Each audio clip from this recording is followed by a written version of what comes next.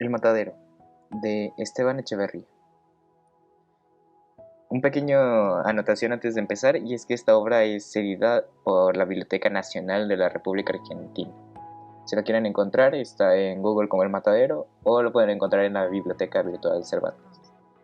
Dicho esto, empezamos. A pesar de que la mía es historia, no la empezaré por el arca de Noé y la genealogía de sus descendientes, como acostumbraban a hacerlo los antiguos historiadores españoles de América, que deben ser nuestros prototipos. Tengo muchas razones para no seguir ese ejemplo, las que callo por no ser difuso. Diré solamente que los sucesos de mi narración pasaban por los años de Cristo de 183. Estábamos, además, en Cuaresma, época en que escasea la carne en Buenos Aires, porque la Iglesia, adoptando el precepto de Epítecto, sushin absten, supre abstente, ordena, vigila y abstinencia a los estómagos de los fieles, a causa de la carne es pecaminosa, y como dice el proverbio, busca la carne, y como la Iglesia tiene ab initio, y por delegación directa de Dios el imperio inmaterial sobre los conocimientos y estómago, que en manera alguna pertenecen al individuo, nada más justo y racional, que ve de lo malo. Los abastecedores, por otra parte, buenos federales y por lo mismo buenos católicos, sabiendo que el pueblo de Buenos Aires atesora una docilidad singular para someterse a toda especie de mandamiento, solo traen en días cuaresmales el matadero, los novillos necesarios para el sustento de los niños y de los enfermos dispensados de la abstinencia por la bula, y no por el ánimo de que se harten algunos heretojes que no faltan, dispuestos siempre a violar los mandamientos carniceros de la Iglesia y a contaminar la sociedad con el mal ejemplo. Sucedió pues en aquel tiempo una lluvia muy copiosa, los caminos se anegraron, los pantanos se pusieron a nado y las calles de entrada y salida de la ciudad rebosaban en acuoso barro. Una tremenda avenida que se precipitó de repente por el riachuelo de Barracas y se extendió majestuosamente sus turbias aguas hasta el pie de las barrancas de Alto. El Plata, creciendo embravecido, empujó esas aguas que venían buscando su cauce y las hizo correr hinchadas por sobre campos, terraplanes, arboledas, caseríos, y extenderse como un lago inmenso por toda la baja tierra. La ciudad, circunvalada del norte del este por una cintura de agua y barro, y al sur por un pliégalo blanquecino, en cuya superficie flotaba a la aventura algunos barchichuelos y negreaban las chimeneas, y las copas de los árboles echaban de sus torres y barrancas, atónitas, mirando al horizonte como implorando misericordia al Altísimo. Parecía el amargo de un nuevo diluvio. Los beatos y beatas gimoteaban, haciendo novenarios y continuas plegarias. Los predicadores atronaban el templo y hacían crujir el púlpito a puñetazos. En el día del juicio decían: el fin del mundo está por venir. La cólera divina rebosaba, se derramaba en inundación. ¡Ay de vosotros pecadores! ¡Ay de vosotros, unitarios, impíos, que os mofáis de la Iglesia, de los santos, y no escucháis con veneración la palabra de los ungidos del Señor! ¡Ay de vosotros si no imploráis misericordia al pie de los altares! Llegará la hora tremenda del vano crujir de dientes y de las frenéticas imprecaciones. Vuestra impiedad, vuestras herejías, vuestra blasfemia, vuestros crímenes horrendos han traído sobre nuestra tierra las plagas del Señor. La justicia y el Dios de la Federación os declarará malditos. Las pobres mujeres salían sin aliento, anonadadas del templo, echando, como era natural, la culpa de aquella calamidad a los unitarios. Continuaba, sin embargo, lloviendo a cántaros, y la inundación crecía acreditando el pronóstico de los predicadores. Las campanas comenzaron a tocar rogativas por orden de muy católico restaurador, quien parece no les tenía a todas consigo. Los libertinos, los incrédulos, es decir, los unitarios, empezaron a amedrentarse al ver tanta cara compungida, oír tanta batahola de imprecaciones. Se hablaba ya como de cosa resuelta de una procesión en que debía ir toda la población descalza y a cráneo descubierto, acompañada al Altísimo, bajando bajo palio por el obispo, hasta la barranca de Balcarce, donde militares de voces conjuntando el demonio unitario de la inundación debieran imponer la misericordia divina. Feliz, o mejor desgraciadamente, pues las cosas habían sido de verse. No tuvo efecto la ceremonia, porque bajando el Plata, la inundación se fue poco a poco escurriendo en su inmenso lecho sin necesidad de conjuro ni plegarias. Lo que hace principal a mi historia es por causa de la inundación. Estuvo 15 días el matadero de las convalencias sin ver una sola cabeza vacuna, y que en uno o dos todos los bueyes de quinteros y aguateros se consumieron en el abasto de la ciudad. Los pobres niños y enfermos se alimentaban con huevos y gallina, y los gringos y herejotes bromeaban con beef stick, el asado. La abstinencia de carne era general en el pueblo, que nunca se hizo más digno de la bendición de la iglesia. Y así fue que llovieron sobre él millones y millones de indulgencias plenarias.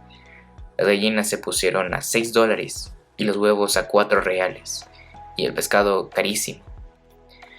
Y no hubo en aquellos días cuaresmales promiscuaciones ni exceso de gula, pero en cambio se fueron derechito al cielo innumerables ánimas y acontecieron cosas que parecen soñadas. No quedó en el matadero ni un solo ratón vivo de muchos millares que allí tenían albergue. Todos murieron de hambre o ahogados en sus cuevas por la incesante lluvia. Multitud de negras rebusconas de achuras, como los caranchos de presa, se desbandaron por la ciudad como tantas arpías prontas a devorar cuanto hallaran comible. Las gaviotas y los perros, inseparables rivales cuyos en el matadero, emigraron en busca de alimento animal. Porción de viejos achacosos cayeron en consunción por falta de nutritivo caldo. Pero lo más notable que sucedió fue el fallecimiento casi repentino de unos cuantos gringos herejes que cometieron el desacato de darse un hartazgo de chorizo de Extremadura, jamón y bacalao, y se fueron al otro mundo a pagar el pecado cometido por tan abominable promiscuación. Algunos médicos opinaron que si la carencia de careo continuaba, medio pueblo caería en síncope por estar los estómagos acostumbrados a su corroborante jugo, y era de notar el contraste entre estos tristes pronósticos de la ciencia y los antemanes lanzados desde el púlpito por los reverendos padres contra toda clase de nutrición animal y de promiscuación en aquellos días destinados por la iglesia y el ayuno y la penitencia. Se originó de aquí una especie de guerra intestina entre los estómagos y la conciencia, atizada por el inexorable apetito y las no menos inexorables vociferaciones de los ministros de la iglesia, quienes, como es su deber, no transiguen con vicio alguno que tienda a relajar las costumbres católicas, lo que se agrava el estado de flatulencia intestinal de los habitantes, producido por el pescado y los porotos y otros alimentos algo indigestos. Esta guerra se manifestaba por sollozos y gritos descompensados en la peroración de los sermones y por rumores y estruendos subitáneos en las casas y calles de la ciudad o donde quiera ocurrían gentes. Alarmóse un tanto el gobierno, tan paternal como previsor, del restaurador creyendo aquellos tumultos de origen revolucionario y atribuyéndolos a los mismos salvajes unitarios, cuyas impiedades, según los predicadores federales, habían traído sobre el país la inundación de la cólera divina. Tomó activas providencias, desparramó sus esbirros por la población y por último, bien informado, promulgó un decreto tranquilizador de las conciencias y de los estómagos, encabezado por una consideración muy sabia y piadosa para que todo a trance y arremetido por agua, y todo se trajese ganado a los corrales. En efecto, el 16º día de la cartesía víspera del día de Dolores, entró a nado por el paso de Burgos al matadero del Alto una tropa de 50 novillos gordos, cosa poca por cierto para una población acostumbrada a consumir diariamente de 250 a 300, y cuya tercera parte al menos gozaría del fuero eclesiástico de alimentarse con carne. Cosa extraña que haya estómagos privilegiados y estómagos sujetos a leyes inviolables, y que la Iglesia tenga la llave de los estómagos. Pero no es extraño, supuesto que el diablo con la carne suele meterse en el cuerpo y que la Iglesia tiene el poder de conjurarlo. El caso es reducir al hombre a una máquina cuyo móvil principal no sea su voluntad, sino la de la Iglesia y el gobierno. Quizá llegue el día en que sea prohibido respirar aire libre, pasearse y hasta conversar con un amigo, sin permiso de autoridad competente. Así era, poco más o menos, en los felices tiempos de nuestros beatos abuelos, que por desgracia vino a turbar la Revolución de Mayo. Sea como fuera, la noticia de la providencia gubernativa, los corrales del Alto se llenaron a pesar del barro, de carniceros, acherudares y curiosos, quienes recibieron con grandes vociferaciones y palmoteos los 50 novillos destinados al matadero. «Chica, pero gorda», exclamaban, «viva la Federación, viva el restaurador», porque han de saber solo los lectores, en aquel tiempo la Federación estaba en todas partes, hasta en las inmundicias del matadero, y no había fiesta sin restaurador, como no hay sermón sin Agustín. Cuentan que al oír tan desafortunados gritos, las últimas ratas que agonizaban de hambre en sus cuevas se reanimaron y echaron a correr desententadas, conociendo que volvían a aquellos lugares la acostumbrada alegría y la algazara precursora de abundancia. El primer novillo que se mató fue todo entero del regalo del restaurador, hombre muy amigo del asado. Una comisión de carniceros marchó a ofrecérselo a nombre de los federales del matadero, manifestándole in voce su agradecimiento por la acertada providencia del gobierno, su adhesión ilimitada al restaurador y su odio entrañable a los salvajes unitarios, enemigos de Dios y de los hombres. El restaurador contestó a la arenga reforzando sobre el mismo tema y concluyó la ceremonia con las correspondientes vivas y vociferaciones de los espectadores y actores. Es de creer que el restaurador tuviese permiso especial de su ilustrísima para no abstenerse de carne, porque siendo tan buen observador de las leyes, tan buen católico y tan acérrimo protector de la Iglesia, no hubiera dado mal ejemplo aceptando semejante regalo en día santo. Siguió la matanza, y en un cuarto de hora y 9 ovillos se hallaron tendidos en la playa del matadero, desollados unos, los otros por desollar. El espectáculo que ofrecían entonces era animado y pintoresco, aunque reunían todo lo horriblemente feo, inmundo y deforme de una pequeña clase proletaria peculiar del Río de la Plata. Pero para que el lector pueda percibir a un golpe de ojo preciso, es hacer un croquis de la localidad. El matadero de la Convalencia o del Alto, sito en las quitas al sur de la ciudad, es una gran playa de forma rectangular, colocada al extremo de 2 calles, una de las cuales allí se termina y la otra se prolonga hacia el este. Esta playa, con declive al sur, está cortada por un zanjón labrado por la corriente de las aguas pluviales, en cuyos bordes laterales se muestran innumerables cuevas de ratones y cuyo cauce recoge, en tiempo de lluvia, toda la sangraza seca o reciente del matadero. En la junción del ángulo recto hacia el oeste está lo que llaman la casilla, edificio bajo, o de 3 piezas en media agua con corredor al frente que da a la calle, y palenque para atar caballos, a cuya espalda se notan varios corrales de palo a pique de ñandubay, y con sus fornidas puertas por encerrar al ganado. Estos corrales son en tiempo de invierno una verdadera lodazal, en el cual los animales apeñuscados se hunden hasta el encuentro y quedan como pegados y casi sin movimiento. En la casilla se hace la recaudación del impuesto de corrales. Se cobran las multas por violación de reglamentos y se sienta el juez del matadero, personaje importante, caudillo de los carniceros y que ejerce la suma del poder en aquellas pequeñas repúblicas por delegación del restaurador. Fácil es calcular qué clase de hombre se requiere para el desempeño de semejante cargo.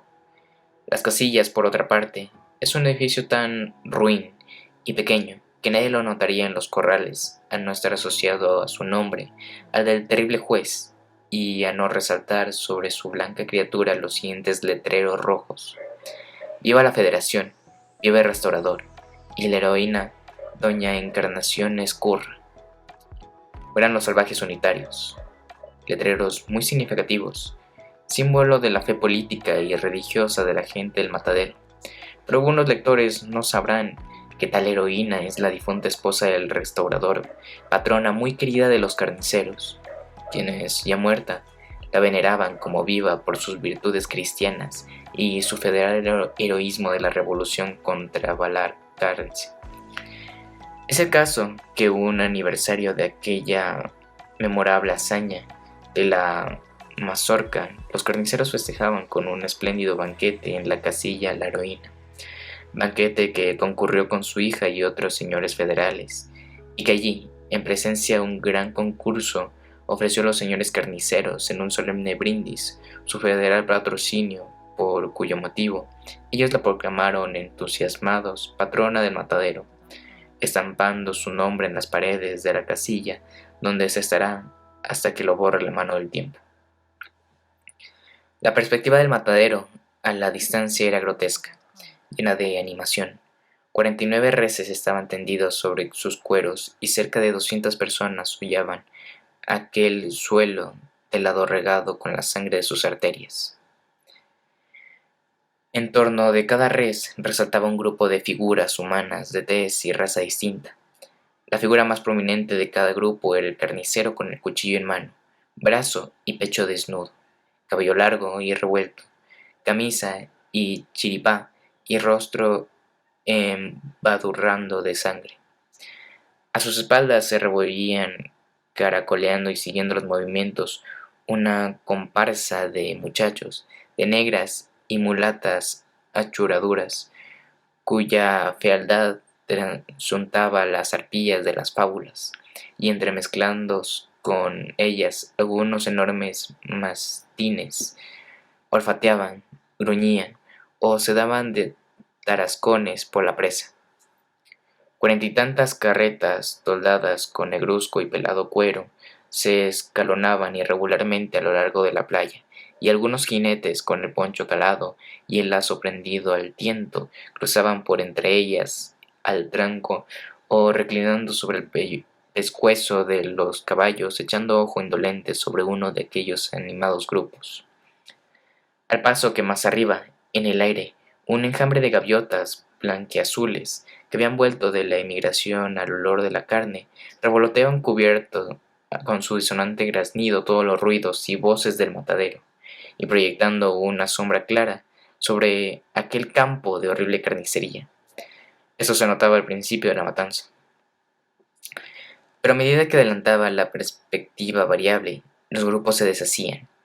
Venían a formarse tomando diversas aptitudes y se desparramaban, corriendo a como si en medio de ellos cayese alguna bala perdida o asomase la quijida de algún encolerizado mastín.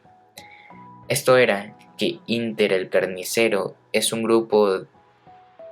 un grupo descuartizaba a golpe de hacha, colgando en otro a los cuartos en los ganchos a su carreta, despellejaba en este, sacaba el cebo en aquel, de entre la chusma que ojeaba, y aguardaba la presa de achura, salía cuando en cuando a un mugriento mano a dar un tarsacón con el cuchillo al cebo o a los cuartos de la res, lo que originaban gritos y explosiones de cólera del carnicero y el continuo hervidor de los grupos, dichos y gritería descompensada de los muchachos. Ahí se me dé el cebo en las tetas, la tía gritaba uno. Aquel lo escondió en el alzapón, replicaba la negra. Che, negra bruja, salí de aquí antes de que te pegue un tajo, exclamó el carnicero. ¿Qué le hagan yo, Juan? No sea malo, yo no quiero sino la panza y las tripas. Son para esa bruja, a la bruja, repitió los muchachos. Se lleva la riñoda y el tongorí, y cayeron sobre su cabeza sendos cuajados de sangre y tremendas pelotas de barro. Hacia otra parte, entre tanto, dos africanas llevaban arrastrando las entrañas de un animal. Allá una mulata se alejaba con un ovillo de tripas y, resbalando de repente sobre un charco de sangre, caía a plomo, cubierta con su cuerpo la codiciada presa.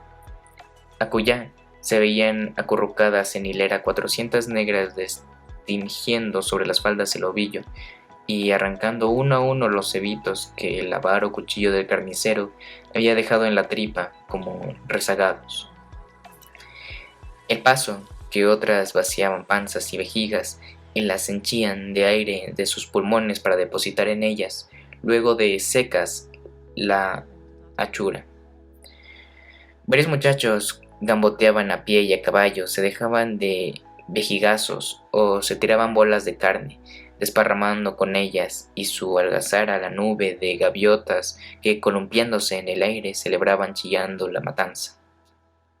Oíase a menudo, a pesar del veto del restaurador y de la santidad del día, palabras inmundas y obscenas, vociferaciones preñadas de todo el cinismo bestial que caracteriza la chusma de nuestros mataderos, con las cuales no quiero regalar a los lectores.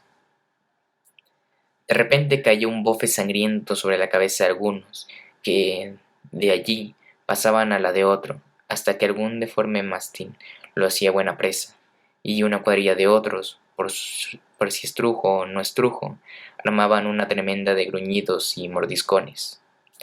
Alguna tía vieja salía furiosa en persecución de un muchacho que le había embadurnado el rostro con sangre, y acudiendo a sus gritos y puteadas los compañeros de rapaz lo rodeaban y azuzaban como los perros al toro, y llovían sobre ellos zoquetes de carne, bolas de estiércol, con groseras carcajadas y gritos frecuentes, hasta que el juez mandaba restablecer el orden y despejar el campo. Por un lado, dos muchachos se adiestraban en el manejo del cuchillo tirándose a horrendos tajos y en reveses. Por otro, cuarto y adolescentes ventilaban a cuchilladas el derecho a una tripa gorda y un mandongo que había robado un carnicero, y no de ellos distante. Porción de perros flacos, ya de la forzosa abstinencia, empleaba el mismo medio para saber quién se llevaría un hígado envuelto en barro. Simulacro en pequeño era del modo bárbaro con que se ventilaba en nuestro país las cuestiones y los derechos individuales y sociales. En fin, la escena que se representaba en el matadero era para vista, no para escrita. Un animal había quedado en los corrales de corta y ancha cerviz de mirar fiero, sobre cuyos órganos genitales no estaban conformes los pareceres, porque tenían apariencia de toro y de novillo. Llególe su hora. Dos enlazadores a caballo penetraron el corral, en cuyo contorno herían a Chusca a pie, a caballo, y horquetaba sobre sus ñudos pañuelos. Formaban en la puerta el más grotesco y sobresaliente grupo varios pialadores y enlazadores de a pie con el brazo desnudo y armados del certero lazo, la cabeza cubierta con un pañuelo punzó y chaleco y chiripá colorado, teniendo a sus espaldas varios jinetes y espectadores de ojo escrutador y anhelante. El animal prendió ya el lazo por las astas, bramaba echando espuma furibundo, y no había demonio que lo hiciera salir del pegajoso barro donde estaba como clavado, y era imposible pialarlo. Gritábanlo, los asusaban en vano con las mantas y pañuelos los muchachos prendidos sobre la orquesta del corral, y era de oír la disonante batahola de silbidos, palmadas y voces triples y roncas que se desperdían de aquella singular orquesta. Los dicharachos, las exclamaciones chistosas y obscenas rodeaban de boca en boca, y cada cual hacía alarde espontáneamente de su ingenio y de su agudeza, excitado por el espectáculo o picado por el aguijón de alguna lengua locuaz.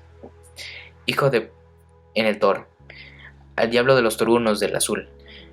Mal haya el tropero que nos da gato por liebre, si es novillo. ¿No está viendo que es toro viejo? Como toro le ha de quedar. Muéstremelos, si le parece.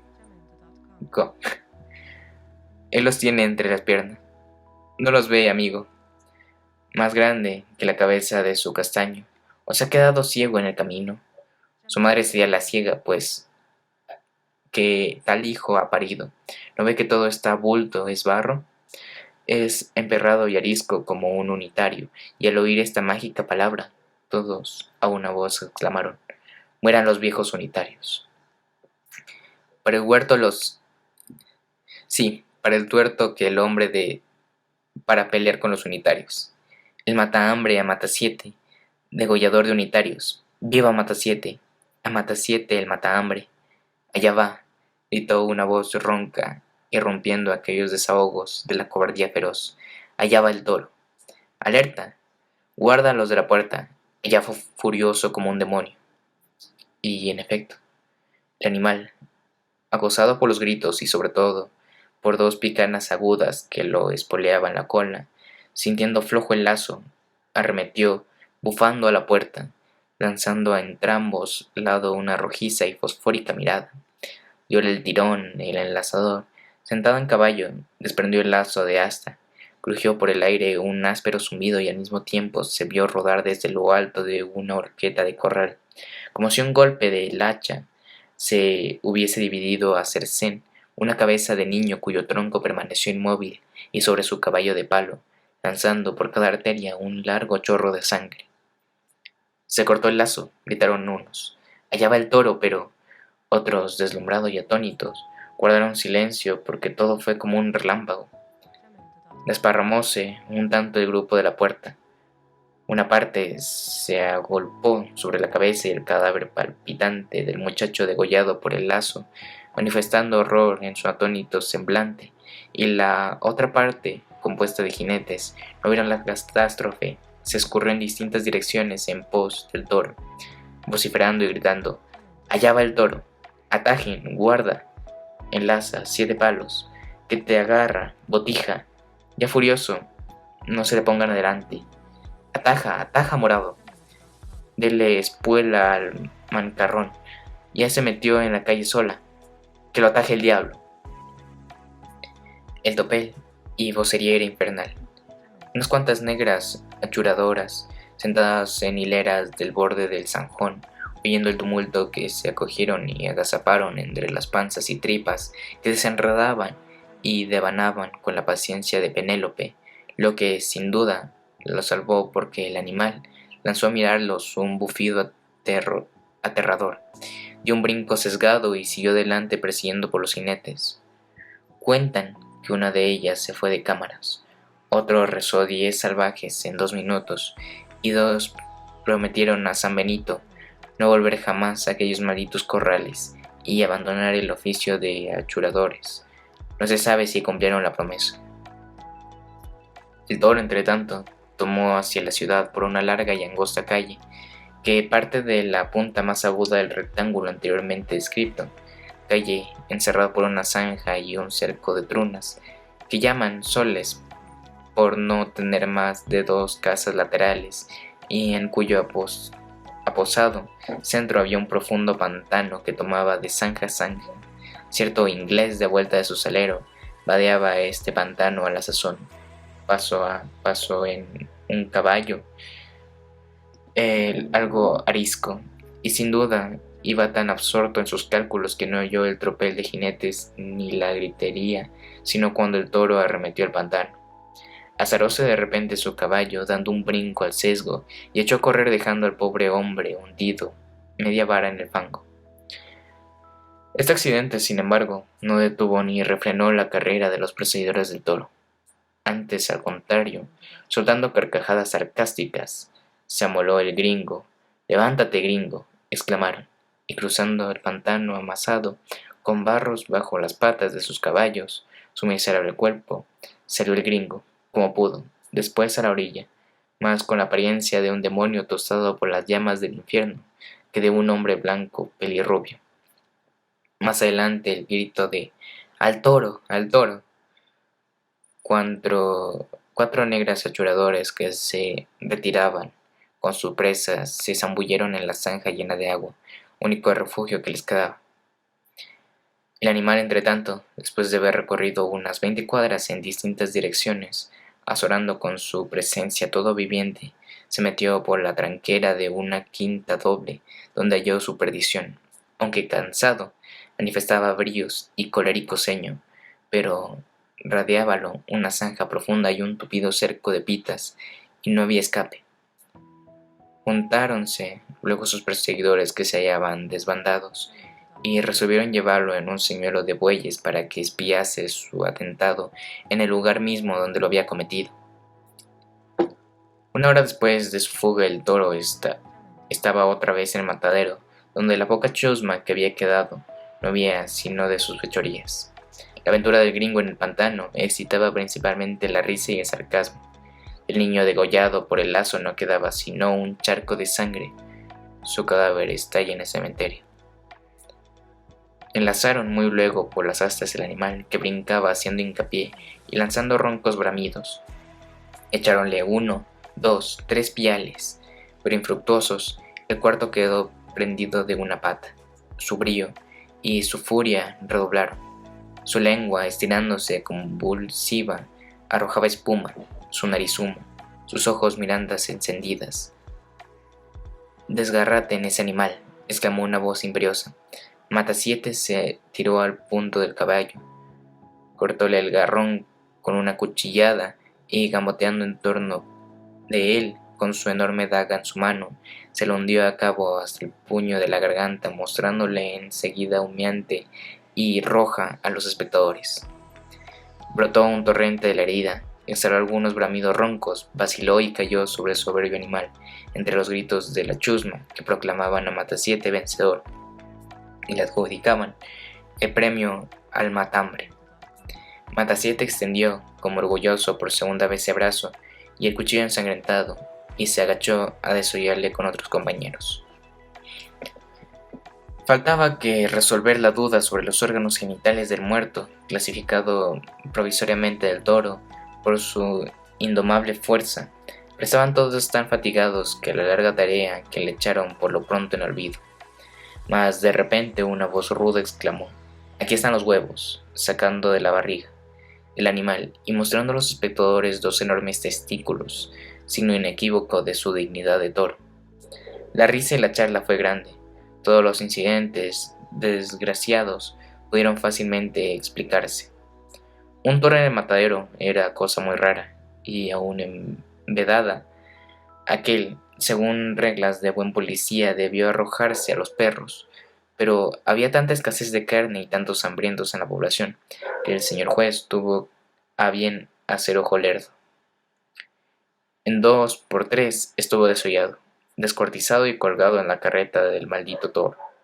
Matasiete colocó el matambre bajo el pellón de su recado y se preparaba a partir. La matanza estaba concluida a las 12, y la poca chusma que había presenciado hasta el fin se tiraban en grupos de a pie y de a caballo, o tirando la chinca algunas carretas cargadas de carne. Mas de repente, la ronca voz de un carnicero gritó: «Allí vino un unitario», y al oír tan significativa palabra, toda aquella chusma se detuvo como herida de una impresión subitánea. ¿No le ven la patilla en la forma de U? No atrae divisa en el franque ni luto en el sombrero. Perro unitario, es una cajetilla. Monta en silla como los gringos. La marosca con él. La tijera. Es preciso sobarlo. 3 pistoleras para pintar. Toda esa cajetilla unitario son pintores como el diablo. ¿A que no te lo animas, Matasiete? ¿A que no? ¿A que sí?» Matasiete era hombre de pocas palabras y de mucha acción. Tratándose de violencia, de agilidad, de destreza en el hacha, el cuchillo o el caballo, no hablaba y obraba. Lo habían picado, prendido la espuela a su caballo, y se lanzó a brida suelta al encuentro del unitario. Era este un joven como de 25 años de gallarda y bien apuesto persona, que mientras salían en borbotón de aquellas desenforadas bocas las anteriores exclamaciones, trotaba hacia Barrancas, muy ajeno de temer peligro alguno, notando, empero, las significativas miradas de aquel grupo de dogos de matadero. Echa maquinalmente la diestra sobre las pitoleras de su silla inglesa, cuando una pechada al sesgo del caballo de Matasiete lo arrojó de los lomos del cuyo tendiéndose a la distancia boca arriba y sin movimiento alguno. ¡Viva Matasiete!, exclamó toda aquella chusma, cayendo en torpel sobre la víctima, como los caranchos rapaces sobre la osamenta de un buey devorado por el tigre. Atolandrado todavía el joven fue, lanzando una mirada de fuego sobre aquellos hombres feroces, hacia su caballo que permanecía inmóvil, no muy distante a buscar a sus pistolas el desagravio y la venganza. Matasiete, dando un salto, le salió al encuentro y con fornido brazo, haciéndole de la corbata, lo tendió en el suelo, tirando al mismo tiempo la daga a la cintura y llevándola a su garganta. Una tremenda carcajada y un nuevo viva esteritorio volvió a victoriarlo. ¡Qué nobleza de alma! ¡Qué bravura de los federales! Siempre en pandillas, cayendo como buitres sobre la víctima inerte. ¡Degüéllalo, Matasiete! Quiso sacar la pistola. ¡Degüéllalo como al toro! Pícaro unitario, es preciso usarlo. Tiene buen pescuezo para el violín. Toca el violín, mejor es rebalosa. Probemos, dijo Matasiete, y empezó sonriendo a pensar el filo de su daga por la garganta del caído, mientras con la rodilla izquierda le comprimía el pecho y con la siniestra mano le sujetaba por los cabellos. No le degüellen, exclamó de lejos la voz impotente del juez del matadero que se acercaba a caballo. A la casilla con él, a la casilla. Preparen la mazorca y las tijeras. Mueren los salvajes unitarios. Viva el restaurador de las leyes. Viva Matasiete. Mueran, vivan, repitiendo en coro los espectadores y atándole codo con codo, entre mosquetes y tirones, entre vociferaciones e injurias, arrastraron al infeliz joven al banco del tormento, como los sayones al Cristo. La sala de la casilla tenía en su centro una gran y fornida mesa, en la cual no salían los vasos de bebidas y los naipes, sino para dar lugar a las ejecuciones y torturas de los sayones federales de Matadero. Notábase además en un rincón otra mesa chica con recado de escribir y un cuaderno de apuntes y porción de sillas, entre las que resaltaba un sillón de brazos destinados para el juez. Un hombre, soldado en apariencia, sentado en una de ellas, cantaba al son de la guitarra la resbalosa, tonada de inmensa popularidad entre los federales, cuando la chusma, llegando en tropel al corredor de la casilla, lanzó a empellones al joven unitario hacia el centro de la sala. A ti te toca la resbalosa, gritó uno. Encomienda tu alma al diablo. Está furioso como toro montarás. Ya le amansaré el palo. Es preciso sobarlo. Por ahora verga y tijera. Si no, la vela. Mejor será la mazorca. Silencio y sentarse, exclamó el juez, dejando caer sobre su sillón. Todos obedecieron mientras el joven, de pie, encarando al juez, exclamó con voz preñada de indignación. Infames sayones, ¿qué intentan hacer de mí? Calma, dijo sonriendo el juez. No hay que encolerizarse. Ya lo verás. El joven, en efecto, estaba fuera de sí de cólera. Todo su cuerpo parecía estar en convulsión. Su pálido y amortado rostro, su voz, su labio trémulo, mostraba el movimiento convulsivo de su corazón, la agitación de sus nervios. Sus ojos de fuego parecían salirse de la órbita. Su negro y lacio cabello se levantaba erizado. Su cuello desnudo y la pechera de su camisa dejaba entrever el latido violento de sus arterias y la respiración anhelante de sus pulmones. ¿Tiemblas?, le dijo el juez. De rabia, pero no puede sofocarse entre mis brazos. ¿Tendrías fuerza y valor para eso? Tengo de sobra voluntad y coraje para ti, infame. A las tijeras de tuzar mi cabello, túcenlo a la federal. 2 hombres le asieron. Vino de la ligadura del brazo, otro de la cabeza y en un minuto cortándole la patilla que poblaba toda su barba, por bajo, con sonrisa estrepitosa de sus espectadores. A ver, dijo el juez, un vaso de agua para que se refresque. Uno de hielo te haría yo beber, infame. Un negro petizo pusósele el punto delante con un vaso de agua en la mano. Diole el joven un puntapié en el brazo y el vaso fue a estallarse en el techo, salpicando el asombrado rostro de los espectadores. Este es incorregible. Ya lo domaremos. Silencio, dijo el juez. Ya estás habitado a la federal. Solo te falta el bigote. Cuidado con olvidarlo. Ahora vamos a cuentas. ¿Por qué no traes divisa? Porque no quiere. ¿No sabes que lo manda el restaurador? La librea es solo para vosotros, esclavos, no para los hombres libres. A los libres se les hace llevar la fuerza. Si la fuerza y la violencia bestial. Estas son vuestras armas, infames. El lobo, el tigre, la pantera también son fuertes como vosotros. Deberíais andar como ella en 4 patas.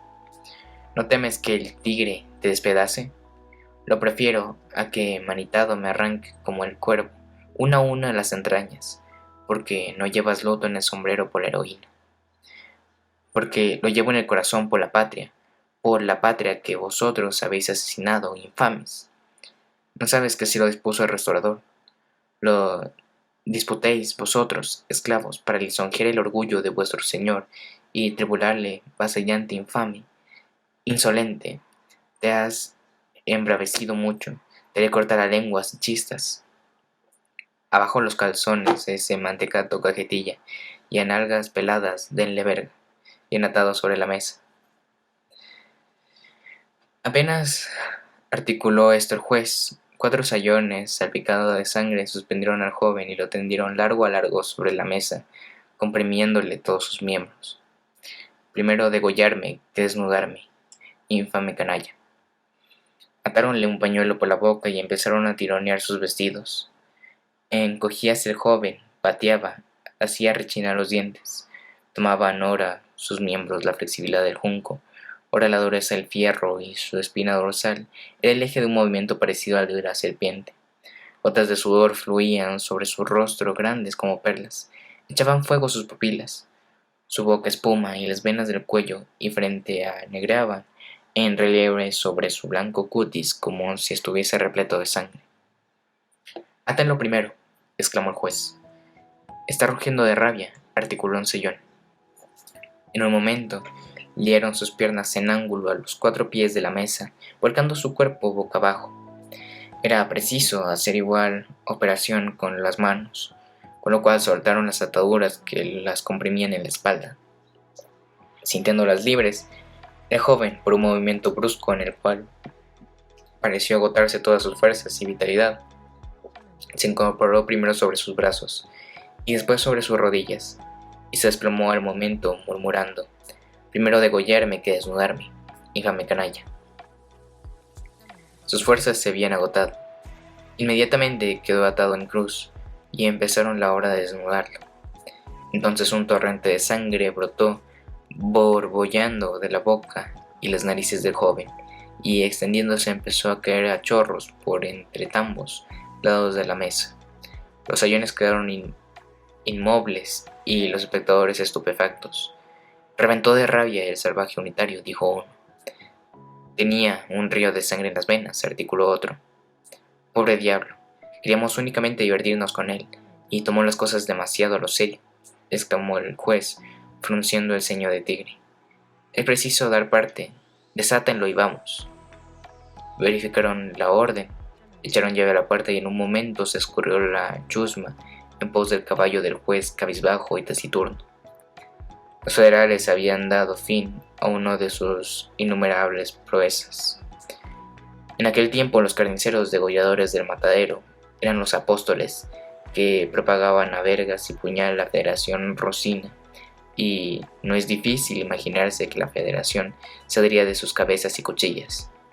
Llamaban ellos salvaje unitario, conforme a la jerga inventada por el restaurador, patrón de la cofradía, a todo lo que no era degollador, carnicero ni salvaje ni ladrón, a todo hombre decente y de corazón bien puesto, a todo patriota ilustrado, amigo de las luces y la libertad, y por el suceso anterior puede verse las caras que el foco de la veneración estaba en el matadero. Este es el fin de este relato. Como ven, tiene algunas palabras algo complejas, y es que esta obra fue publicada en 1871. Así que de todas maneras se puede ver algo complejo entender el contexto de esta pequeña obra. De todas maneras, espero que les haya gustado. Como vemos, una novela bastante sangrienta y nos vemos con un siguiente relato.